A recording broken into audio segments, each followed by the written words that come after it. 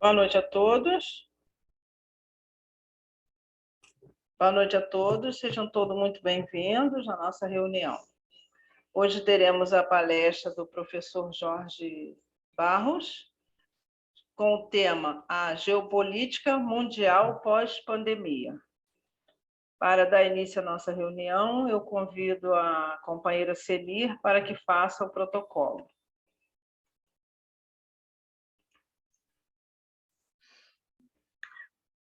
Boa noite a todos. Estão me ouvindo?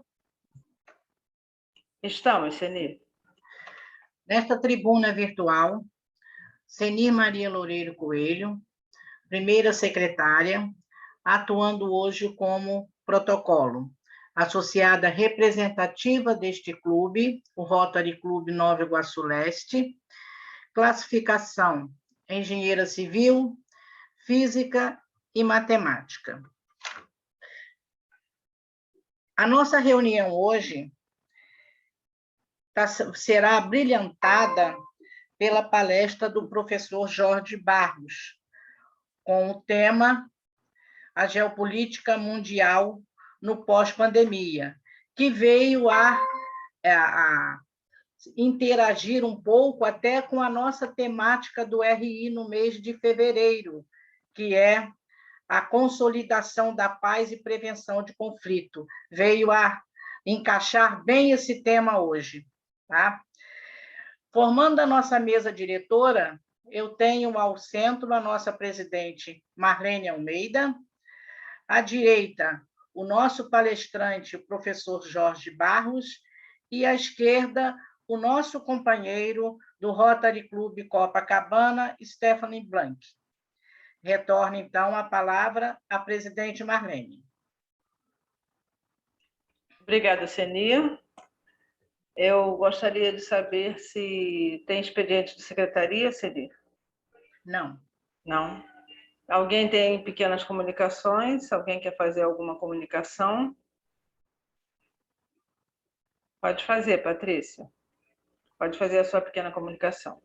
A minha comunicação está ligada à nossa revista, né, física. Eu estive na UARIB no fim de semana, e aí na realidade foi uma distração minha, estou aproveitando o momento, mas eu gostaria de sugerir que a presidente e a CENI pensem na possibilidade da gente fazer a troca do endereço de entrega da nossa revista física. Alguns exemplares estão comigo, os outros exemplares ela teve uma iniciativa que eu achei até bem bacana, ela distribuiu no próprio restaurante para alguns clientes dela, mas eu percebi que isso já está gerando um certo incômodo, então acho que vale a pena a gente repensar na entrega, já que a CENI vem a presidente logo na sequência, e aí a gente já retoma, de alguma forma, já a distribuição, que em março já estamos aí com a reunião presencial, né? Então, só para aproveitar o momento, porque aquele material é precioso. Tá bom? Tá. Obrigada.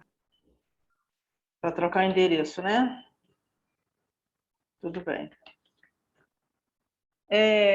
Eu queria também comentar com os companheiros em relação à doação que nós temos lá daqueles frangos que nós temos para quem não sabe, né, nós temos uma doação do frigorífico de um companheiro que foi do nosso clube, e ele até hoje nos faz a doação todo mês de 30 quilos de frango, para nós podermos entregar a algum lugar que esteja necessitado.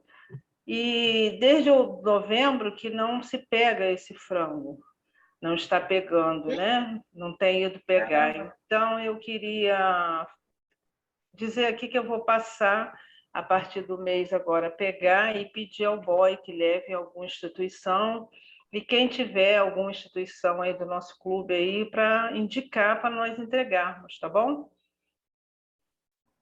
Ok.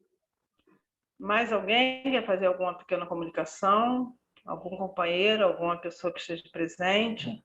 Presidente, já que nós estamos em aberto instituição, depois vamos detalhar um pouco mais, enviar o e-mail que já deve ter caído na nossa caixa.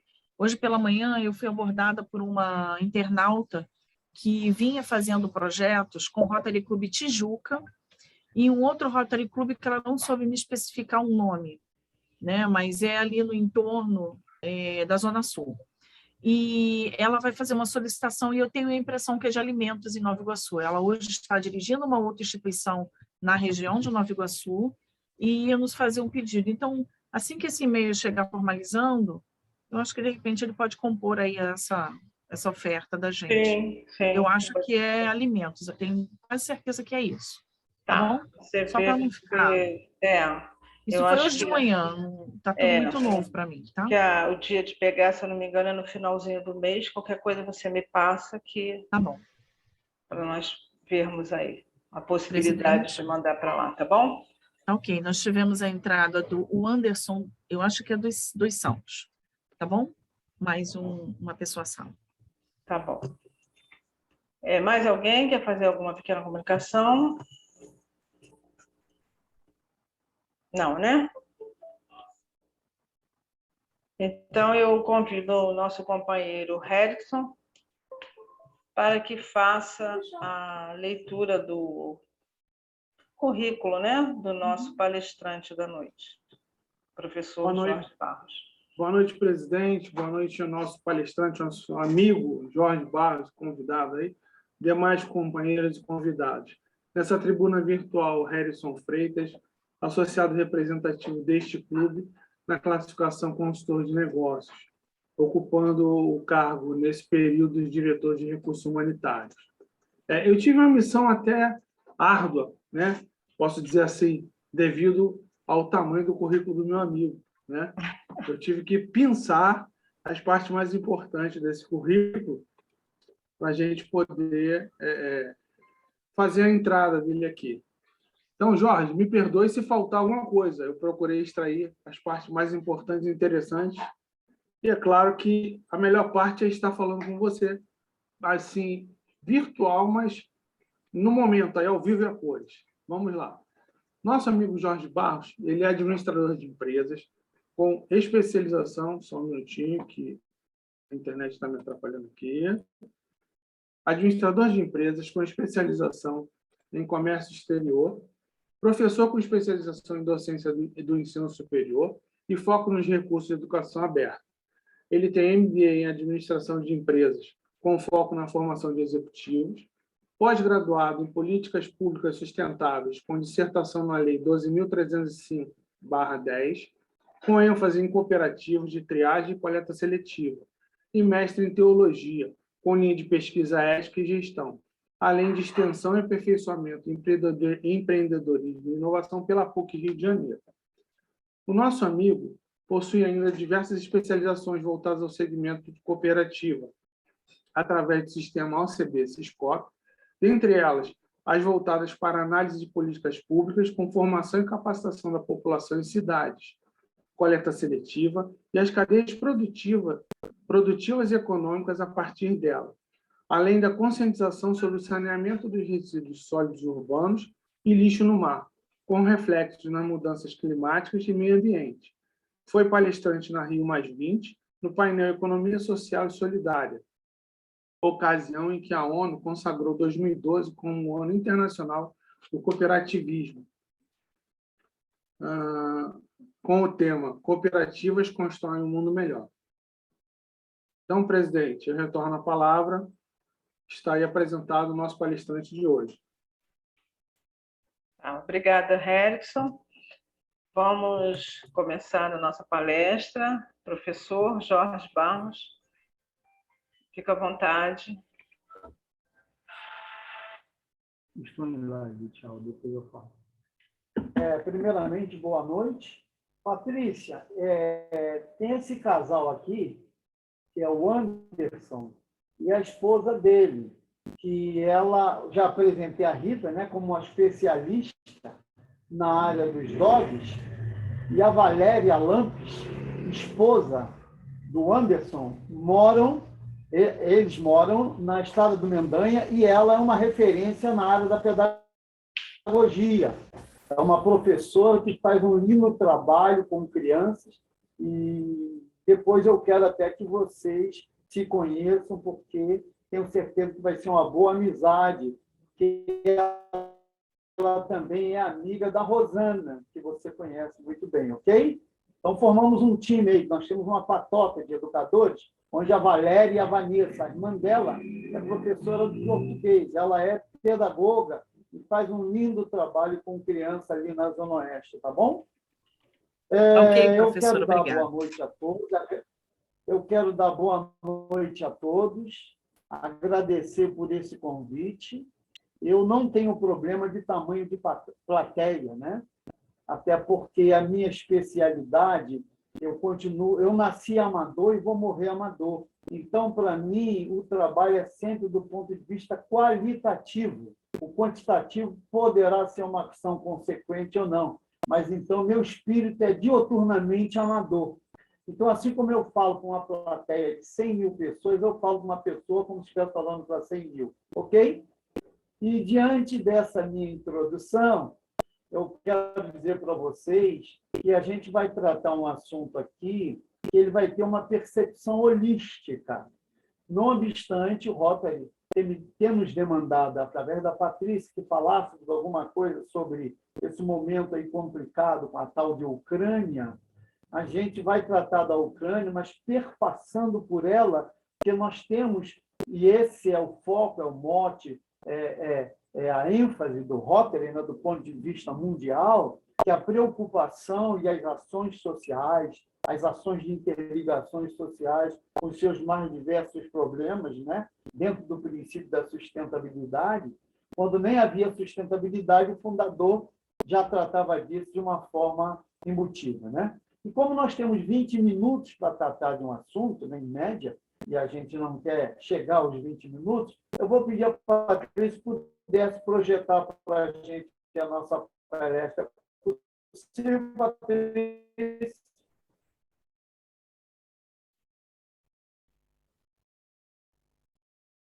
Ok.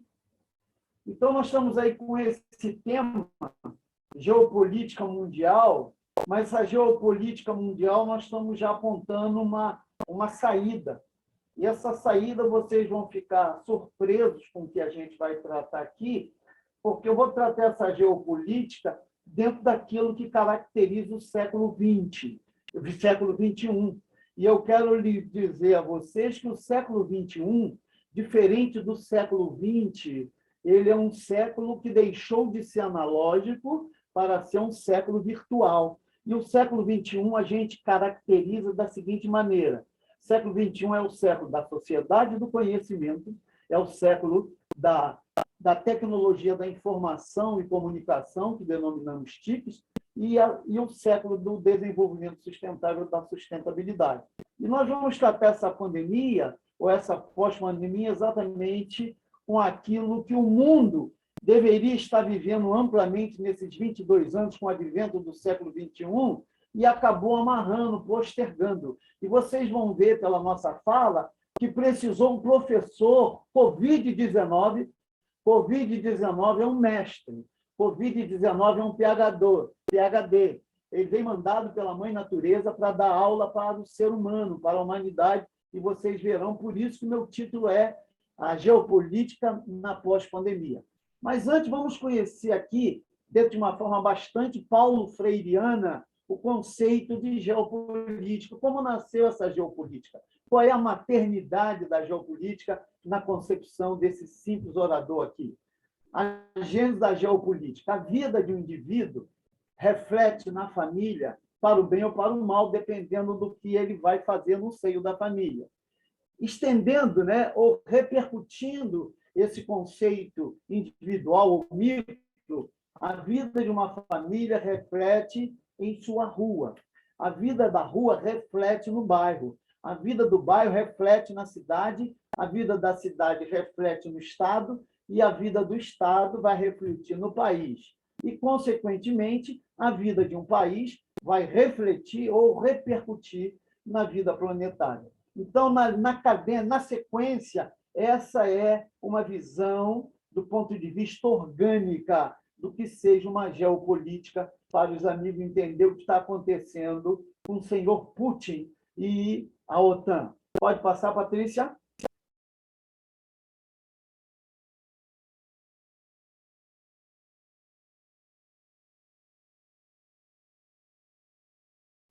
Foi possível compreender a minha fala? Minha fala está rápida ou está boa? Está boa a fala?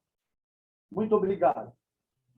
E aí, dentro dessa característica, dentro desse escopo que eu coloquei, ou esse arcabouço, este encontro foi motivado pela curiosidade e interesse de certa parcela deste roteiro, que são vocês, não seria desse, sobre a situação da Ucrânia, que está no epicentro das questões geopolíticas mundiais e na encruzilhada entre a Rússia, que ainda pensa que essa região é parte de seu território, mas afetivamente e do ponto de vista estratégico até é, e a OTAN, que deseja enfraquecer e fragilizar o Putin, conforme diagramas que nós vamos mostrar a seguir. Por favor, esse diagrama agora eu já começo a falar do papel da Ucrânia, o que representa a Ucrânia, tanto para o bloco da OTAN, que é o bloco ocidental, como para a própria Rússia, antiga União Soviética. Aí está, por favor, eu gostaria que vocês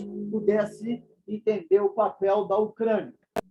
Como vocês sabem, nós tivemos um período chamado de Guerra Fria, e essa Guerra Fria implicava em dois grandes blocos econômicos, macroeconômicos. De um lado, o pujante Estados Unidos, que era exatamente o Império Norte-Americano até o século XX, até o início do século XX, e do outro lado nós tínhamos a extinta União Soviética.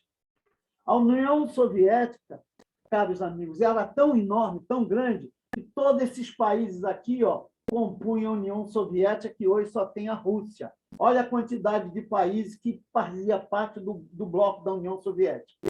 E a União Soviética, como uma pedra de gelo, ela foi derretida, como o socialismo foi derretido no mundo, e a União Soviética foi extinta em 1991, com a queda exatamente do socialismo.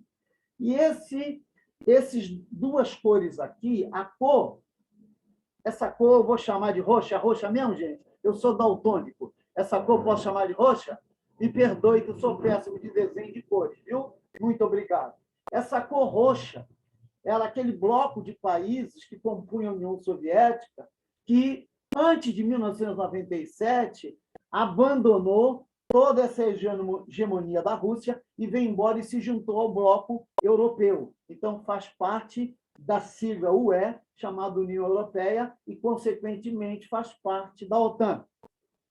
Esse grupo amarelo aqui, ou cor de abóbora, sei lá, esse grupo amarelo, é um grupo que veio depois de 1997. Então, o roxo veio antes, o amarelo veio depois. Então, vocês podem ver que a extinta União Soviética ela ficou totalmente esfacelada. E essa antiga União Soviética hoje está apenas submetida à Rússia, como vocês estão vendo aqui, o Estado em que o Putin é o presidente na marra, porque lá ele é o presidente na marra, ele é o grande ditador e pega os seus adversários, manda até envenenar, viu? Para não perder a hegemonia. Mas, para primeiro a gente falar um pouquinho, antes de falar da Ucrânia, é necessário que você entenda a personalidade do atual presidente da Rússia. O atual presidente da Rússia, ele é um antigo gestor da KGB.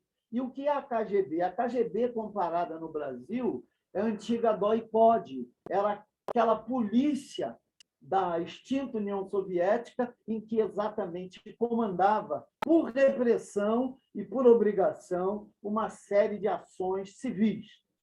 Com a extinção da União Soviética, sobrando só a Rússia, o Putin foi ser presidente, hoje está presidente, durante muito tempo vai ficar presidente. Mas você imagina a cabeça dele não é uma cabeça de um presidente de um Estado, ele é a cabeça de um presidente de um império que comandou durante muito tempo a Guerra Fria. E na cabeça dele, essa Guerra Fria continua, porque ele tem um sonho de consumo, é voltar a recompor a União Soviética. Mesmo esses países roxos e os amarelos, que já estão do lado de cá do Ocidente, fazem parte do bloco da OTAN, portanto, é um grupo militar, um grupo forte, mas o Putin tem o sentimento de levar ele de volta, levar esses países de volta porque ele sonha agora ser presidente, da onde ele foi apenas um agente da KGB, mas agora ele desfruta do topo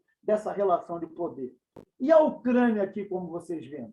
Vocês estão vendo que você tem 3 países aqui. Ó. Você tem a Rússia, você tem a Belarus e tem a Ucrânia. E embaixo da Ucrânia tem uma palavrinha pequenininha, que é um segmento da Ucrânia chamado Crimeia. Por que o Putin não abre mão da Ucrânia? E aí poucas pessoas entendem a importância da Ucrânia para a Rússia. A importância da Ucrânia para a Rússia tem 2 dimensões e apenas 2. Que eu vou mostrar a vocês agora, aqui embaixo. Olha lá o que eu digo aqui. Ó. Os 2 principais legados da Ucrânia para a Rússia, que Putin, ó, um deles é de ordem estratégica e histórica. O que representa essa importância da Ucrânia? Isso vem de 1812. Olha quanto tempo tem que a Ucrânia faz parte da importância para a Rússia. Por quê? Porque quando Napoleão Bonaparte era o grande imperador e que saiu conquistando diversos países da Europa, ele também foi para conquistar a Rússia. Ele queria anexar a Rússia dentro da França. E quem foi que salvou a Rússia contra o império de Napoleão Bonaparte? Foi exatamente esse tampão, foi esse paredão chamado Ucrânia. Então, eu quero, antes de mais nada, dizer para vocês que Putin não está errado de querer proteger a Ucrânia. Ele é tão esperto que, quando a Ucrânia ameaçou, como os demais países aqui, roxo e amarelo, querer ir embora para a OTAN, você sabe o que ele fez? Ele foi em 2014 e tomou a Crimeia. Olha onde ele foi conquistar parte da Ucrânia. Essa parte aqui hoje é uma possessão russa, não é uma possessão mais da Crimeia, da Ucrânia, porque é uma forma dele resguardar todo o território, porque se a OTAN quiser invadir para poder conquistar a Rússia, vai ter que pelejar como pelejou o próprio Napoleão Bonaparte. Por quê? A Rússia, para você chegar à Rússia com a Ucrânia, você teria que invadir 1.600 quilômetros de distância. Se você anexa a Ucrânia à OTAN, essa distância já cai de 1.600 para 614 mil. Deram para entender, do ponto de vista geográfico, por que a Rússia não pode abrir mão da Ucrânia do ponto de vista bélico, do ponto de vista de proteção? Porque o Putin pode ser qualquer coisa, mas ele não é burro. Ele é um homem muito estudado, muito capaz. É um ditador, mas é um homem muito estudado, muito capaz. Então, ele não pode abrir mão da Ucrânia sob hipótese nenhuma. Por isso que ele está nesse momento aí, porque tanto os Estados Unidos como outros países do bloco da OTAN estão assediando a Ucrânia, e a Ucrânia, parte dela, está sendo assediada para ir embora para o lado de lá. Mas aí vem o outro segundo problema, que é o 2, para terminar. Por que a Rússia não pode e não abre mão da Ucrânia também? Porque parte dos ucranianos não aceitam ir para a Europa, não aceita ir para o Ocidente, porque grande parte deles são russos. São russos e têm afinidade cultural, sentimental, no idioma, e não abre mão. Então, a própria Ucrânia está dividida nesse aspecto. Só que a predominância desse grupo, que é pró-Rússia, eles são russos. E o próprio Putin e os russos têm a Ucrânia como extensão da sua família. E eles têm a Rússia como extensão da sua família. Então, é uma guerra muito complicada entre esse, porque é como se a OTAN estivesse metendo uma briga de marido e mulher, entendeu? Uma briga, mas não tem briga entre a Ucrânia. A Europa é que insiste em levar a Ucrânia para o lado de lá, como conseguiu levar esse monte, para fragilizar politicamente a Rússia. Por quê? Porque eles têm medo da Rússia se juntar com a China e se transformar num grande bloco. E aí, tirando a Ucrânia, fragiliza efetivamente a Rússia. Então, esses são os 2 motivos que levaram, e eu estou dizendo aqui, ó, em cima, olha lá, ó, no tempo da Guerra Fria versus a extinta União Soviética, esses eram os países que compunham o bloco soviético. Está aqui. Antes de 91, antes de 97, o cinza, o roxo. E depois de 97, os amarelinhos, ok? Deu para entender até agora? Tudo bem? Os que estavam querendo saber o que era a Ucrânia, está aí a definição. Agora nós vamos passar para a parte final da minha fala, porque eu já estou chegando a meus 20 minutos. Mas isso aqui demandou um pouco mais de tempo. Vamos lá, Patrícia. O mundo está assistindo consternado uma patética briga entre os Estados nacionais por causa da Ucrânia.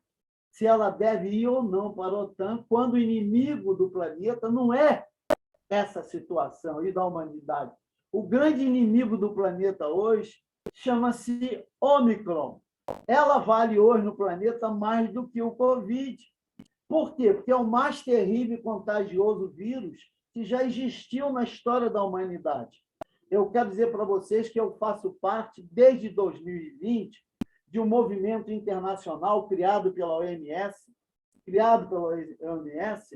e ela depois recebeu respaldo aqui no Brasil pelo Ministério da Saúde no tempo do Mandetta e compõe de diversas universidades, centros acadêmicos, que trata sobre a pesquisa em relação a como chegamos agora na vacina.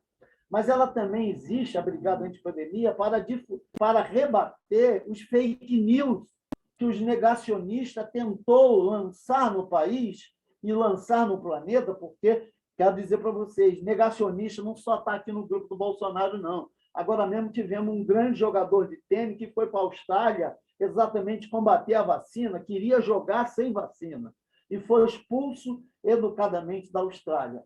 E aí eu faço parte dessa brigada, trabalhando, lendo, acompanhando as pesquisas acadêmicas para poder deixar a população devidamente informada. Mortalidade de morte pela Omicron, graças às vacinas. Vocês concordam com isso?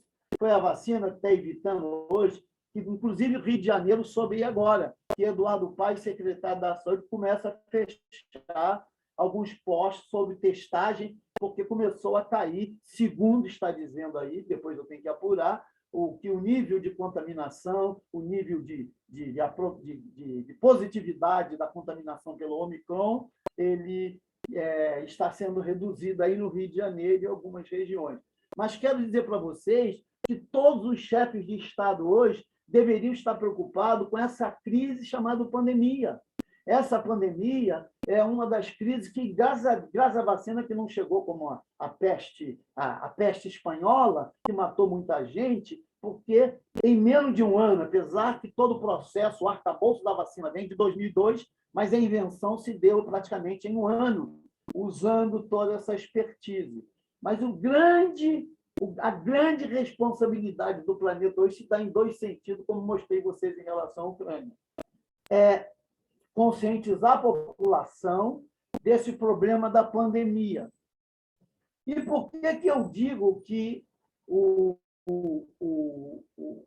esse movimento geopolítico haverá uma guinada muito grande no pós-pandemia? O que vai haver no pós-pandemia? É o que a gente chama de novo normal. Eu não sei se vocês tiveram tempo de acompanhar, nesses 2 anos só de pandemia, o planeta está contaminado, o planeta está impactado por agressões socioambientais. O planeta sofreu, o planeta está doente. E quando começou essa doença do planeta, do ponto de vista socioambiental? No século XVIII, com o advento da Revolução Industrial. A Revolução Industrial é a mãe de uma economia chamada economia linear. E é a economia linear que criou a cultura do jogar fora. E essa cultura do jogar fora, nesses 2 séculos, desgraçou o planeta Terra. Rebentou com o planeta Terra, rebentou com a Terra, rebentou com os oceanos, rebentou com os rios, rebentou com os lagos e rebentou com as próprias fontes, os mananciais. E em 2 anos, guardem essa, por favor, em 2 anos de pandemia, o planeta conseguiu se regenerar de 200 anos de agressão de uma economia linear. Os mares, a terra, o planeta se regenerou. Até o responsável, o ozônio, a camada de ozônio, ele conseguiu se acomodar. Agora está voltando tudo de novo, né? Porque a vacina está jogando todo mundo para aquela vida que era antes da pandemia, parcialmente, e guardando as devidas proporções, né? As aglomerações, as contaminações, a industrialização voltou parcialmente. Mas eu quero dizer para vocês que ficou provado que o professor pandemia, ao nos trancar dentro de casa, ele conseguiu fazer um bem incomensurável para a natureza, viu, Rita? A biodiversidade, a fauna e a flora conseguiu se recompor de uma forma assim tremenda, conseguiu se recompor e se recuperar de 2 séculos de agressão da humanidade, de 2 séculos de agressão em 2 anos. A ciência prova isso, está lá nos anais científicos de toda a academia do mundo, de como essa pandemia fez bem à natureza. E fazendo bem à natureza, ela também emparedou o homem. Sabe por que ela emparedou o homem? Porque nós, científicos, chamamos o ser humano de ser antrópico. O que significa essa palavra cientificamente? É o ser agressor, é o ser que veio para destruir o meio ambiente, é o ser agressor que veio para destruir, com a sua volúpia de consumo dentro da cultura da economia linear, destruiu o planeta. Primeiro, extraindo mais do que a mãe natureza podia oferecer de recursos naturais, produzindo material e depois transformando essa produção em lixo. E não tem a mínima educação de entender que o planeta não é lata de lixo, e o planeta acabou virando a lata de lixo do ser humano. Então, o que eu quero, nesse momento, comunicar a vocês, já me preparando para encerrar, que a geopolítica, no pós-pandemia, vai obrigar, de uma forma ou de outra, porque quando eu estou falando com vocês aqui agora, eu já estou apontando para o século, eu já estou apontando para 2050. Você sabe que iria acontecer, olha o meu verbo, hein? Iria acontecer em 2050, se nada for feito agora, gente? Só a produção de plástico,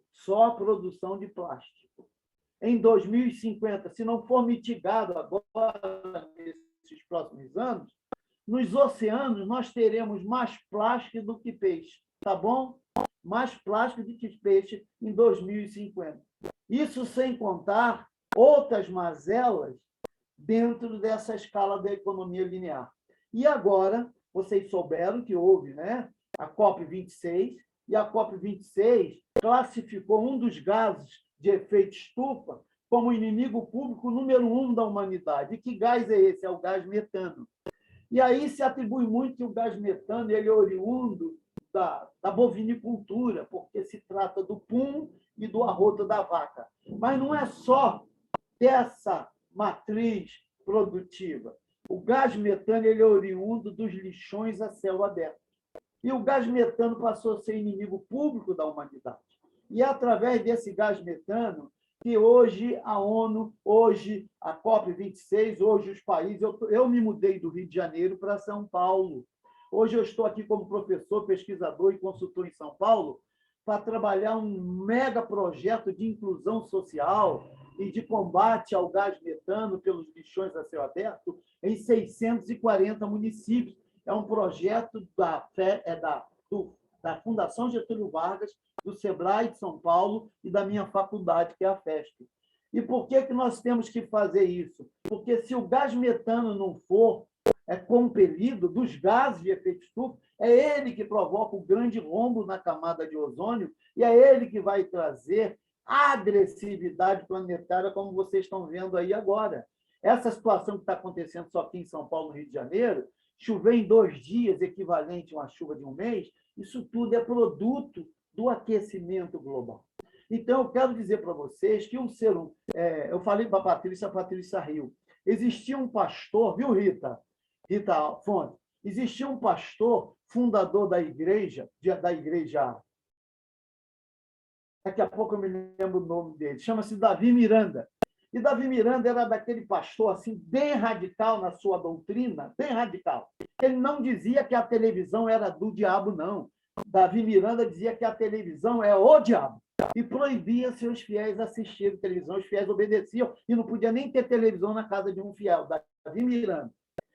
E Davi Miranda tinha um axioma que se aplica muito agora para esses últimos dias, que Davi Miranda dizia assim, ó, quem não vem pelo amor, vem pela dor.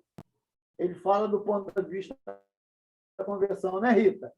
Quem não vem pelo amor, vem pela dor. E a humanidade agora, lamentavelmente, vai ter que sofrer uma situação muito triste para poder exatamente caminhar para aquilo que se adequa para a realidade do planeta. Porque esse desajuste começou há 2 séculos atrás com o advento da economia, da Revolução Industrial. Antes da Revolução Industrial, o planeta tinha todo o seu equilíbrio, não só do ponto de vista da população, bem como do consumo.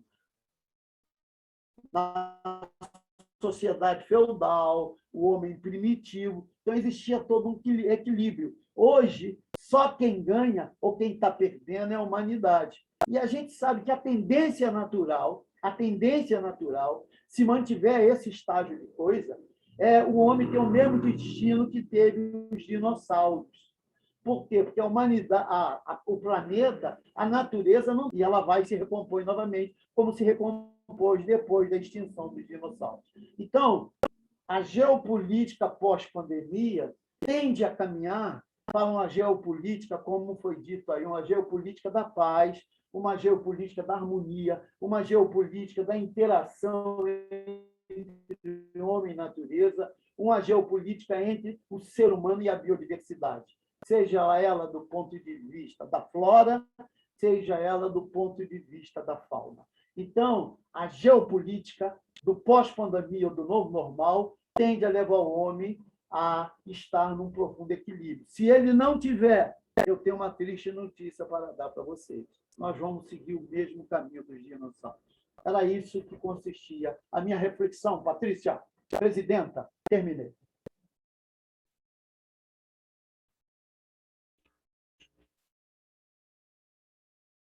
Vamos abrir aí o período de perguntas. Patrícia? Eu gostaria de falar. Ô, Jorge, está me ouvindo? Plenamente, alto e bom som. Perfeito. Tudo isso que você colocou é bastante interessante, né? Eu adoro a parte de geografia, sempre gostei, sou muito interessado nessa parte de geografia, e geopolítica é um desdobramento disso, né? Uma coisa importante também que você citou, e que eu ouvi em 1996, de uma professora de economia, né? Nas primeiras aulas dela, ela pediu exemplo de bens finitos e bens infinitos. E aí, todo na sala de aula, botou água como um bem infinito. E ela corrigiu a turma toda, em 1996. A água é um bem finito. Se nós não cuidarmos de tudo que proporciona a geração de água pela natureza, ela acaba. Ela vai acabar. Vai morrer.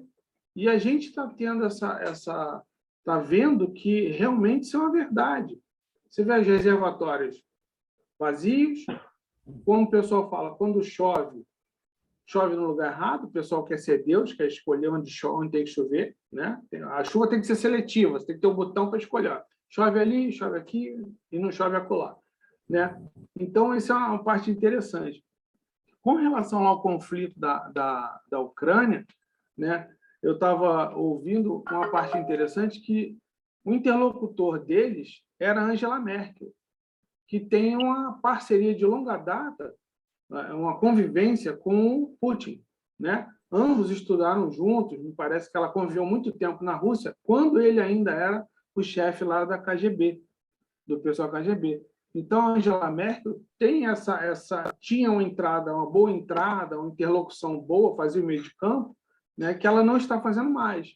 Agora, quem quer assumir o papel é o Macron, da França, que está tentando assumir esse papel de interlocutor. Tanto é que ele teve uma conversa lá de 5, 6 horas com o Putin para tentar arrancar dele uma palavra de que ele não vai invadir, não vai fazer, não vai acontecer. Por outro lado, em questões de interesses econômicos, a Alemanha já está revendo se vai dar continuidade ou não ao gasoduto que está partindo da Rússia para lá. Então, ela também é um poder de pressão, a parte econômica é um poder de pressão que entra bem forte nesse conflito aí. A gente espera que realmente isso tudo passe, né? Essa questão de querer levar a Ucrânia para a OTAN, isso se acomode, se acalme, e que não aconteça nada demais. Já chega lá o nosso norte-coreano lá, que também está fazendo suas graças de vez em quando, né? Era essa participação que eu queria fazer na sua palestra. Muito obrigado. Agora, em relação à questão de água, nós estamos aqui, parece, com uma engenheira que vai ratificar o que eu vou falar. O grande erro do Brasil, não vou falar outros países, exatamente quando montou a nossa matriz energética, montou a nossa matriz energética com foco apenas na matriz hídrica. Não trabalhou já na época outros potenciais que o Brasil tem aqui, como a eólica, como a solar. E aí, por ter acreditado que a água era um recurso infinito, centrou-se apenas na matriz hídrica e hoje estamos pagando um grande preço. Agora, quero lembrar a todos vocês, não existe no planeta crise hídrica, por favor. Não existe crise hídrica no planeta. Existe crise de desflorestamento, porque onde há floresta, há chuva abundante, onde há floresta, há mananciais de água, onde há floresta, há retenção da água da chuva. Se nós estamos vivendo uma crise hídrica, é porque estamos vivendo uma crise de desflorestamento no planeta. Isso é bom que nós tenhamos registrado, porque precisamos entender a importância da floresta para a vida. Era isso aí.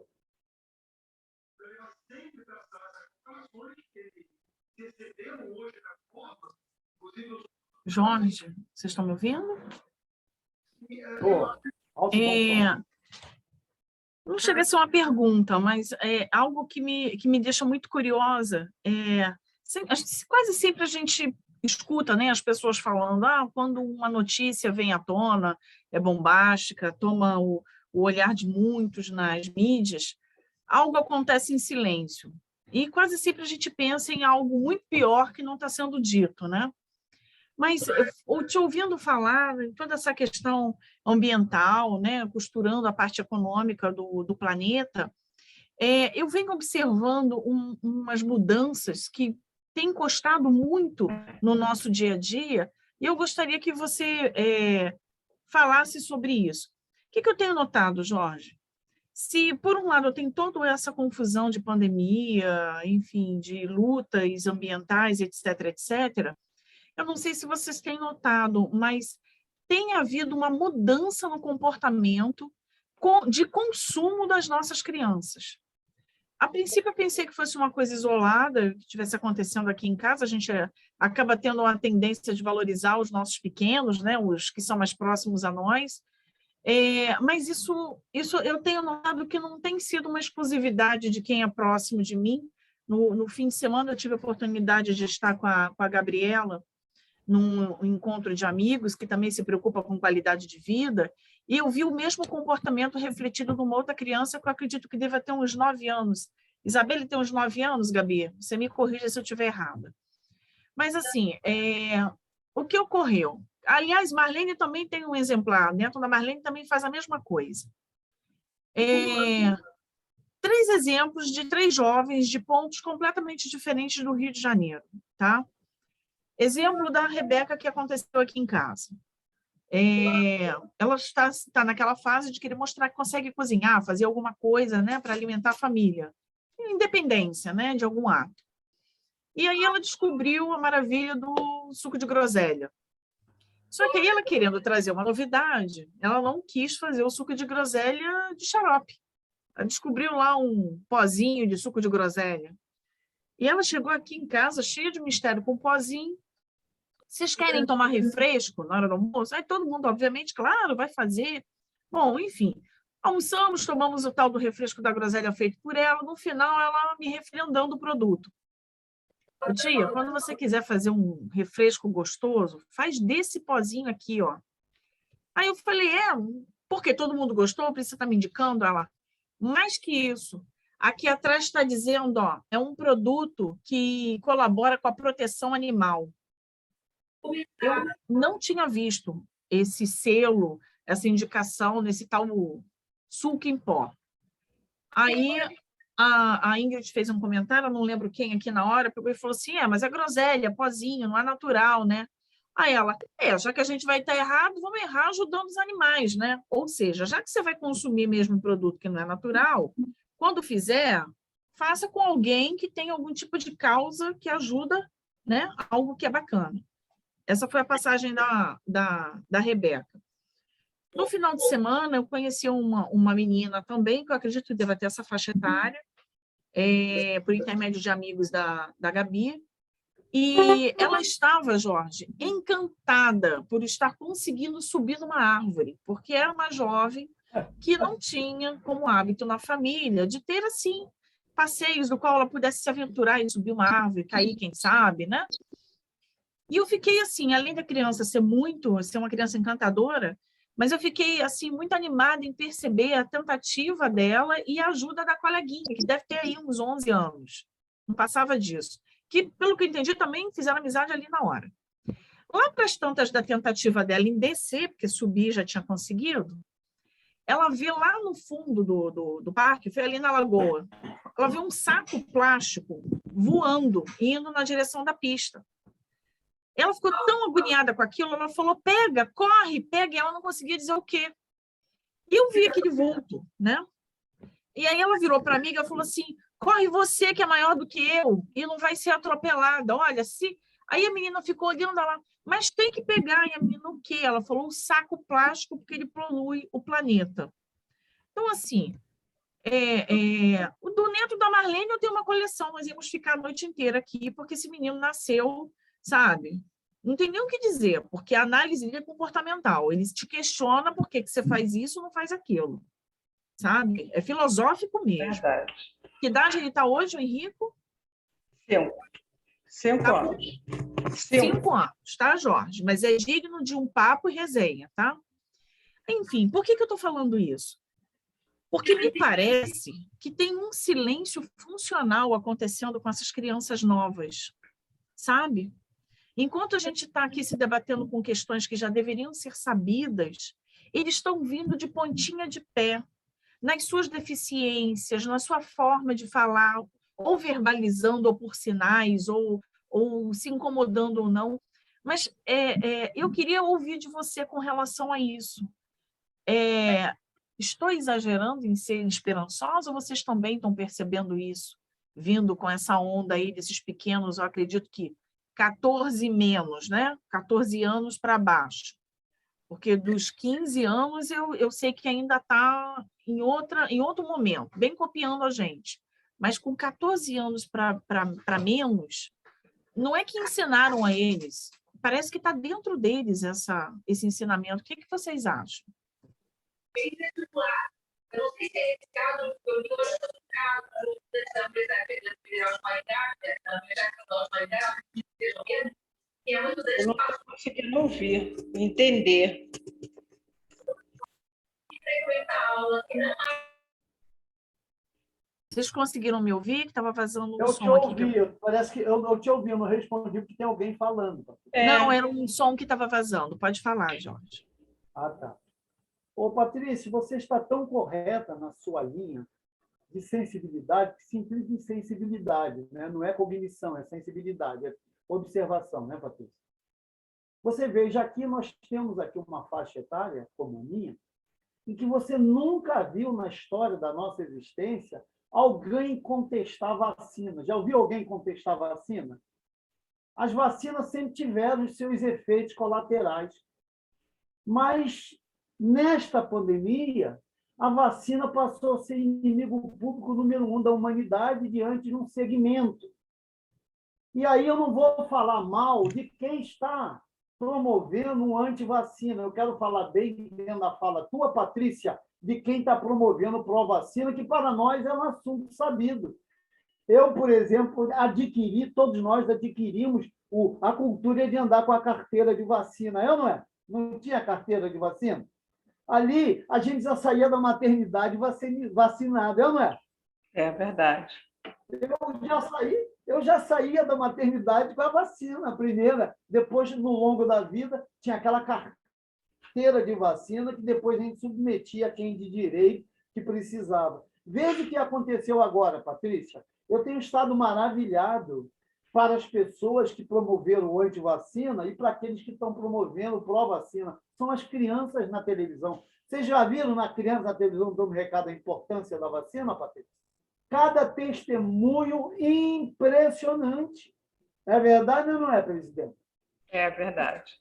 As crianças estão indo falar na televisão, pedindo espaço para poder promover. Não deixe de se vacinar, vacine. Então, Patrícia, essa linha de raciocínio que você colocou, que serve para demais segmentos, hoje eu estou muito feliz que eu estou de partida deste plano, mas eu sei que a geração que está vindo aí é bem melhor do que essa geração que poluiu o planeta. E sustentabilidade é isso, é meia dúzia de heróis trabalhando para preparar uma geração para que tenha um futuro melhor dentro daquilo no qual e para o qual. E essa geração que você está falando aí, que são os netos, os filhos aqui da presidenta e outras crianças, é a geração em que nos põe não no otimismo, mas na certeza que estamos trabalhando para um mundo melhor. Viu, Patrícia? Verdade. A nossa convidada, a Valéria Lampes, ela deu uma contribuição pelo chat. Eu acho que a internet dela não está muito bem. Eu vou ler aqui. Tá? Em relação ao que a Patrícia falou, ela disse que sim, com exclamação, né? O consumo desses produtos com ingredientes para manter o superpaladar quimicamente apurado. Ou seja, a indústria investe em manter os superprodutos, né, quimicamente modificados para manter a gente com um paladar superapurado. E em relação às crianças, né, é uma geração que está priorizando, de alguma forma, os animais e o meio ambiente. Estão aprendendo muito em teoria, muitas vezes na escola. Muitos querem virar veganos. Acredito que essas crianças estão tendo formação ambiental, o que outras gerações não tiveram. Além disso, estão vivendo em prédios com escassez de meio ambiente. Com isso, estão dando mais valor. É a contribuição da Valéria aí em cima da fala da Patrícia. Obrigado, Valéria. Patrícia, Valéria, é o que eu te falei, viu, amigos rotarianos? É a colega professora pedagoga lá da Zona Oeste, que tem testemunhos maravilhosos de crianças, Patrícia, nos diversos níveis de dificuldade, e ela é um misto. A Valéria é um misto de Mr. M, David Copperfield e MacGyver, no plano pedagógico. Ela é as três juntos. Ela é Mr. M, ela é MacGyver, ela é David Copperfield. Tu tem que ver o trabalho pedagógico que ela faz com essas crianças, digna aí de um dia vocês conversarem aí e ela dá o testemunho dela. Viu, Patrícia? Pode continuar. Vai. Esse caso dessa menina que subiu na árvore no aterro do Flamengo foi até mais interessante por um detalhe. Ela subiu com um sapatinho de borracha. E aí o pai dela estava conversando comigo com a Patrícia, preocupado dela cair e tal. Aí ele se afastou, a Patrícia chegou para ela e falou assim, olha, tira esse sapatinho que o teu pé vai te dar mais firmeza e aderência na árvore, você vai se sentir mais confortável. E ela ficou assim, tá. Ela não questionou muito, ela foi lá, criança, ela tirou o sapatinho, jogou para baixo, o pai pegou, e ela falou assim, pô, realmente é bem melhor, porque aí ela estava em contato pleno com a natureza, era a pele dela no casco da árvore, né? na casca, no tronco da árvore. E ela percebeu que aquilo ali dava a ela mais firmeza para brincar ali, andar no galho. Presidente, está com a senhora aí. Tem mais alguém que quer fazer alguma pergunta, falar alguma coisa? Seni quer falar alguma coisa?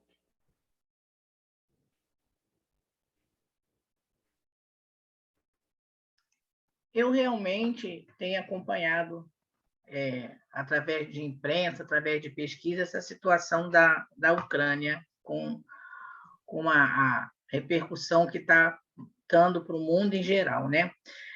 O professor falou que uma grande parte da Ucrânia são de pessoas de origem russa. Então, está no impasse. Uns querem ir para a OTAN e os outros não. Esse percentual está mais ou menos meio a meio ou passa da metade? Você tem noção? Tenho, mas posso garantir para a senhora que, na escala de valor, mesmo que esse grupo fosse pequeno, tem muito mais força do que o outro grupo em função da realidade hegemônica da Rússia em relação à Ucrânia. E os sentimentos, o amor, os valores e a cultura só há de convir que tem muito mais argamassa do que propriamente dito o oba-oba de gente querendo ir embora por razões econômicas. Mas, mais ou menos, é um grupo percentual muito significativo, viu senhora? Uhum. Agora, a cultura a senhora sabe como marca, né? Certo. Obrigada. Mais alguém, companheiro?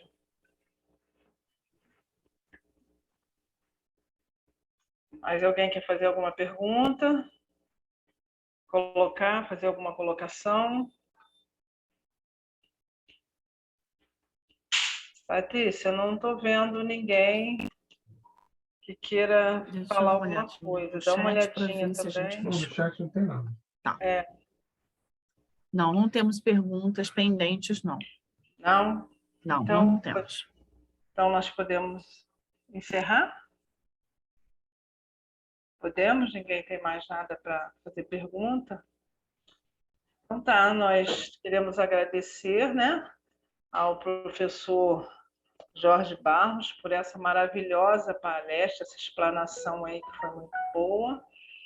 Entregar a ele o certificado, né, que o nosso clube oferece, o Rotary Clube Nova Iguaçu Leste, confere ao professor Jorge Barros o presente certificado em agradecimento pela esclarecedora palestra intitulada A Geopolítica Mundial no Pós-Pandemia, durante a reunião virtual do Clube Nova Iguaçu, 9 de fevereiro de 2021. Marlene Almeida, vice-presidente 2021-22. Nosso agradecimento aí ao professor, né? Foi maravilhosa essa explanação, essa palestra. E volte sempre, né? Esteja sempre conosco na nossa reunião. Sim. Né? E brevemente, espero que venha e não saia mais. Né, Patrícia? Estamos esperando por isso. Então, se você quiser falar alguma coisa. Tem muito de você. Ô Marlene, Oi? a minha pergunta para o Jorge é se já conseguiu acomodar a mudança em São Paulo, já está tudo normalizado, estabilizado, porque o Rotary Clube Nova Iguaçu Leste está de portas abertas, aguardando você como nosso associado. Eu quero informar a todos que eu não tenho mais nada no Rio. Até o carro está sendo vendido, tá? Já soube pelo meu filho que saiu esses dias. Então, aqui em São Paulo, eu estou começando do zero. Apartamento novo, móvel novo, tudo novo. Então, eu não tenho mais nada no Rio e a gente está aqui num processo de cidadão paulista, caminhando todos os domingos na Avenida Paulista, caminhando na aclimação e trabalhando aqui, viu? E convido a vocês, vindo a São Paulo, por favor. Eu tenho um novo point, porque meu point no Rio era a KV e a Colombo. Agora eu tenho um novo point aqui, que é a Moça Paulista. Venham, por favor, aqui estar comigo, que eu teria um prazer de estar com vocês na Moça Paulista, que é o meu novo point de encontro. Obrigada muito pelo bom, convite. muito bom saber. E nós estamos também convidando, né, Patrícia, para que ele seja, como o Harris falou, nosso associado. Estamos só aguardando um ok, né? Isso mesmo. Ele sabe que eu estou esperando o sinal verde dele, porque agora a moda são rotarianos se filiando a clubes fora do estado ou do bairro onde estão, por conta do advento dessa facilidade que são as reuniões digitais, né? E que vieram para ficar. Inclusive, a gente já antecipa a todos aqui que o Nova Iguaçu Leste ele vai manter, sim, mesmo voltando às reuniões presenciais, que a gente vai manter esses encontros virtuais paralelos. As nossas reuniões devem ser híbridas para facilitar a vida de todos nós. Tá bom, presidente? Com certeza. Com certeza. Então, é isso. Eu queria agradecer a presença de todos, a presença do nosso palestrante, né, Jorge Barros, a Andressa Fagundes, presidente do Rotary de Nova Iguaçu Leste, ao Stefan, do Rotary Clube Copacabana, né, Patrícia? Arnaldo da Penha, Tem mais quem? Valéria Lampes, obrigada. O Anderson, né? Eu acho que é o Anderson dos Santos. Eu esqueci alguém? O A Arnaldo, Rita. Rita o Arnaldo Rita do Fonte. Tijuca. Eu. Quem? O Arnaldo. A Rita. A Rita eu falei, foi a primeira que eu falei. Isso. E o Arnaldo. Fontes eu falei. Arnaldo eu não falei, não, porque eu realmente. Ah, Arnaldo da Penha, eu falei. Mas ele é do Rotary Clube Tijuca, ele é companheiro. Ah, sim, companheiro. Escreveu no Obrigada chat. pela presença. Eu Rita não... Fonte, PhD em beleza de animal. Obrigada, companheiro Arnaldo. Obrigada pela presença, obrigada a todos e vamos encerrar a nossa reunião, mas podemos continuar com o companheirismo, vamos continuar o nosso bate-papo. Quem puder continuar, que fique presente, tá bom? Muito obrigada a todos, uma boa noite e uma saudação virtual à nossa bandeira.